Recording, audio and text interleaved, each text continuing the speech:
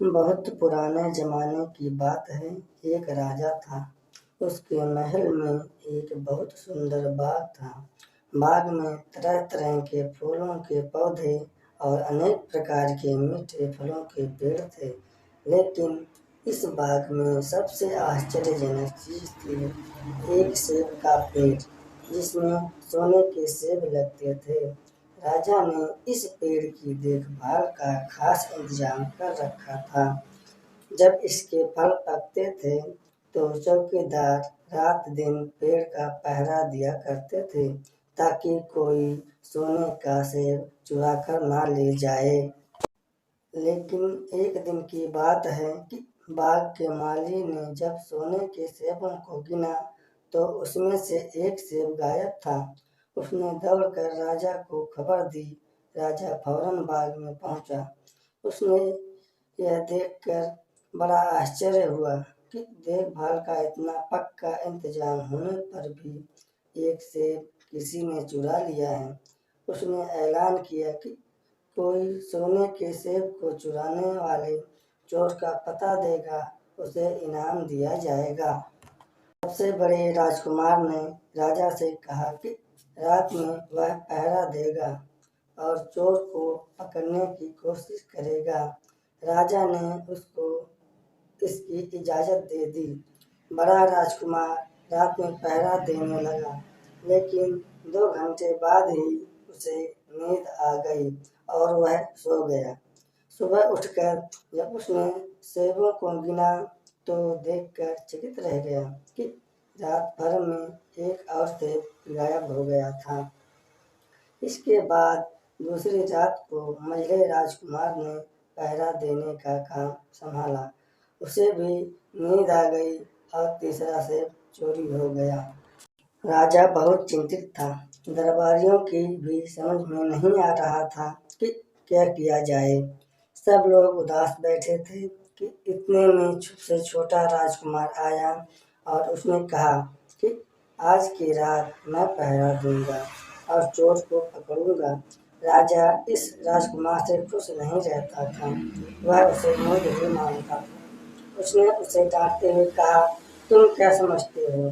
क्या तुम्हें इससे समर्थता मिल जाएगी? तुमसे बड़े राज और तुमसे ज्यादा समझदार दोनों राजकुमार इस काम में असफल हो चुके हैं। तुम जाओ अपना काम करो। लेकिन छोटा राजकुमार नहीं माना। उसने राजा से प्रार्थना की कि उसे एक मौका जरूर दिया जाए। अंत में राजा राजी हो गया। राजकुमार रात में पहरा देने लगा। उसने तय किया कि वह किसी भी हालत में नहीं सोएगा और चोर को जरूर पकड़ेगा।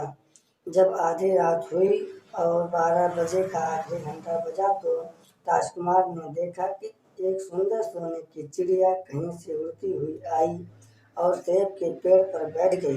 उसने देखते देखते सोने का एक सेब तोड़कर अपनी चोंच में लेकर उड़ गई।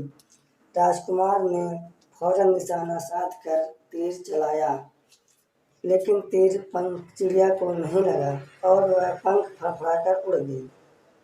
हाँ, इतना अवश्य हुआ कि उसका एक सुनहरा पंख टूटकर जमीन पर आ गिरा।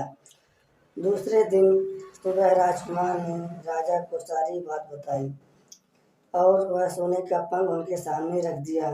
पंख इतना सुंदर और इतना कीमती था कि राजा उसे देखता ही रह गया। उसने कहा कि अगर उसका चिड़िया का पंख इतना सुंदर है तो वह पूरी चिड़िया कितनी सुंदर होगी। मैं चाहता हूँ कि उस चिड़िया को कोई पकड़ कर लाए।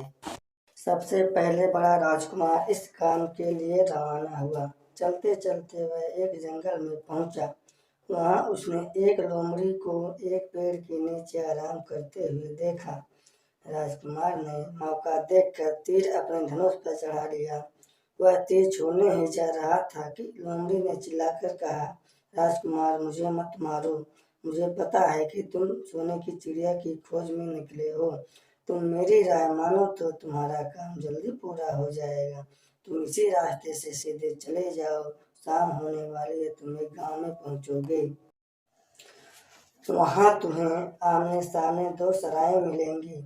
एक सराय खूब सजी सजाई और सुंदर सी होगी, लेकिन तुम उसमें मत ठहरना, तुम उसके सामने वाली दूसरी सराय में ठहरना, जो बहुत ही मामूली और देखने में भी भद्दी सी होगी।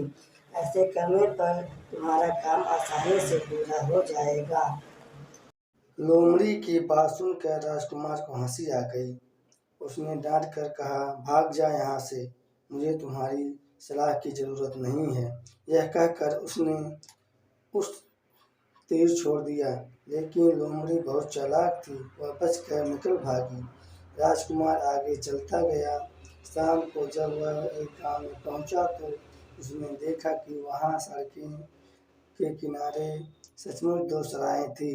उनमें से एक सराय खूब सजी सजाई थी और उसके अंदर से लोगों के नाचने गाने की आवाजें आ रही थीं। दूसरी सराय भद्दी सी थी और वहां अंधेरा घिरा हुआ था। राजकुमार सजी सजाई सराय में ठहर गया। थोड़ी देर में वह भूल गया कि वह असल में सोने की चिड़िया की खोज में निकला था। उधर जब काफी समय बीत गया और बड़ा राजकुमार नहीं लौटा तो महिला राजकुमार सोने की चिड़िया की खोज में चल पड़ा। वह भी उसी तरह चलते चलते जंगल में पहुंचा तो वहीं लोमड़ी भी मिली। इस राजकुमार ने भी लोमड़ी की बात पर कोई ध्यान नहीं दिया। जब वह शाम को उस गांव में पहुंचा तो बड़े राजकुमार की तरह सजी सजाई सराय में ठहरा।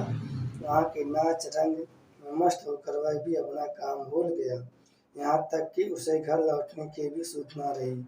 अंत में सबसे छोटे राजकुमार ने राजा से कहा कि मैं सोने की चिड़िया की खोज में जाऊंगा।